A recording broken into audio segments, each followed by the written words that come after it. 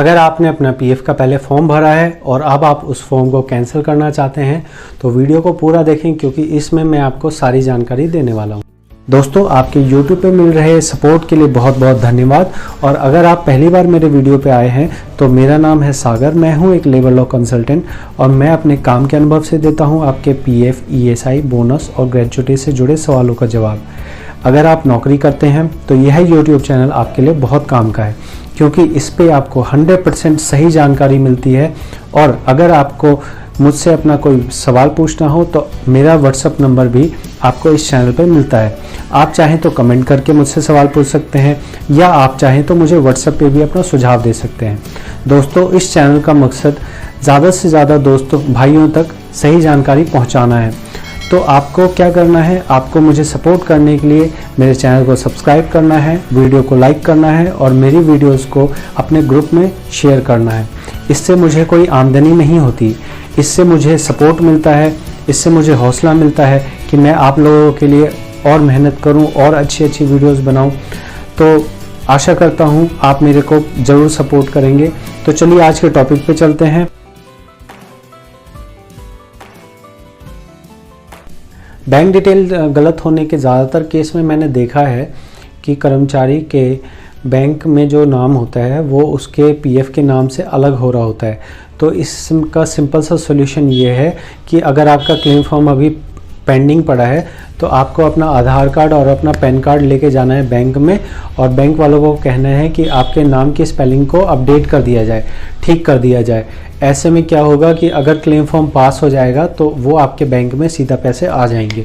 वो आपको जो है उसमें कोई परेशानी वाली बात नहीं है।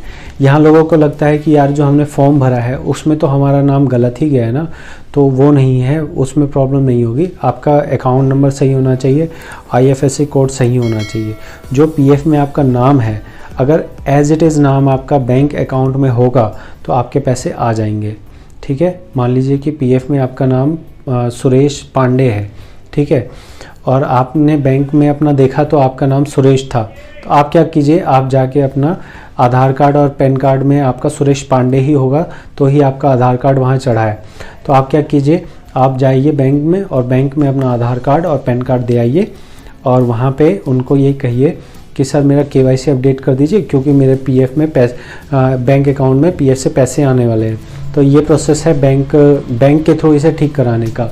लेकिन अगर बैंक में कुछ ऐसी बात है, कोई ऐसी गलती है जो कि बैंक की तरफ से ठीक नहीं हो सकती, तो अब आपके पास एक ही रास्ता बचा है कि आपको पीएफ ऑफिस खुद जाना पड़ेगा। अगर क्योंकि ऑनलाइन में ये जो प्रोसेस है ये उतना सटीक नहीं है, हालांकि ये काम ऑनलाइन भी हो सकता है, तो वो मैं बाद में आता हूँ। तो आपको क्या करना है, अगर आपको पता लग गया है कि बैंक अकाउंट में गलती है, मान लीजिए अकाउंट नंबर में गलती है, तो आप क्या करेंगे, आपको जाना है अपने पीएफ ऑफिस में, वहाँ आपको अपने क्लेम स्टेटस को निकलवाना है प्रिंट आउट, और फिर वहाँ अकाउंट ऑफिसर का वो इंक्वायरी पे लिख देंगे कि इस नंबर डेस्क पे आप चले जाइए। वहाँ आपको जाना है अपना ओरिजिनल आईडी लेके, अपने बैंक की पासबुक लेके, और उनको ये बताना है कि आपके बैंक अकाउंट की डिटेल गलत हो गई है, तो आप उस फॉर्म को हाथ के हाथ रिजेक्ट करा सकते हैं। तो ये तरीका है आपका जो है पैसों का नुकसान होने से बचने के लिए। लेकिन अगर आपके स्टेट में पीएफ ऑफिस नहीं है तो आप वहां जा नहीं सकते, तो ऑप्शन क्या है, ऑप्शन ये है कि आप ऑनलाइन ग्रीवेंस फाइल कीजिए। उस ग्रीवेंस में साफ लिखिए कि मैंने ये फॉर्म फाइल किया है, उस फॉर्म के अंदर में ये बैंक की डिटेल में गलती हो गई है, तो आपसे रिक्वेस्ट है कि आप इस फॉर्म को रिजेक्ट कर दें। ऐसा मैं इसलिए बता पा रहा हूँ दावे से, क्योंकि मैंने खुद से अपने 2 या 4 फॉर्म्स इस तरह से किए हुए हैं जिसमें बैंक की डिटेल गलत हो गई थी। फिर मैंने ग्रीवेंस फाइल की और महाराष्ट्र के केस था, तो उन्होंने ग्रीवेंस में फॉर्म रिजेक्ट किया, और रिजेक्ट जब किया तो उन्होंने वहाँ स्टेटस में भी लिखा कि हमने इसलिए रिजेक्ट किया है क्योंकि मेंबर ने रिक्वेस्ट की थी कि उनकी बैंक डिटेल गलत हो गई है।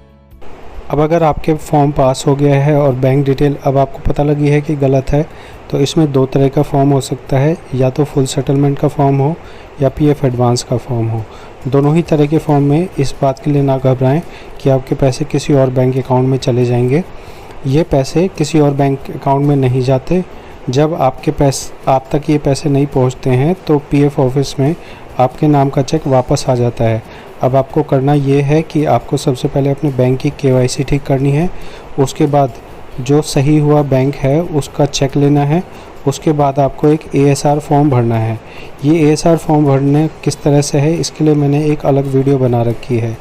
तो आपको ASR फॉर्म भर के PF ऑफिस में जमा करना होता है, और जब आप PF ऑफिस में ये ASR फॉर्म जमा कर देते हैं तो आपको लगभग 15 दिन से 20 दिन के अंदर में आपके अकाउंट में सीधे पैसे आ जाते हैं।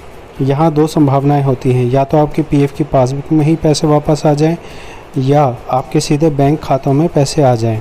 इसके अलावा भी अगर आपके कोई सवाल होते हैं तो आप ज़रूर मेरे से व्हाट्सएप पे सवाल पूछ सकते हैं, और मेरे को सुझाव भी ज़रूर दें। अगर आपको वीडियो अच्छी लगी हो तो लाइक ज़रूर करें। लाइक से पता लगता है कि आपने जो है आपको वाकई में अच्छी लगी है वीडियो।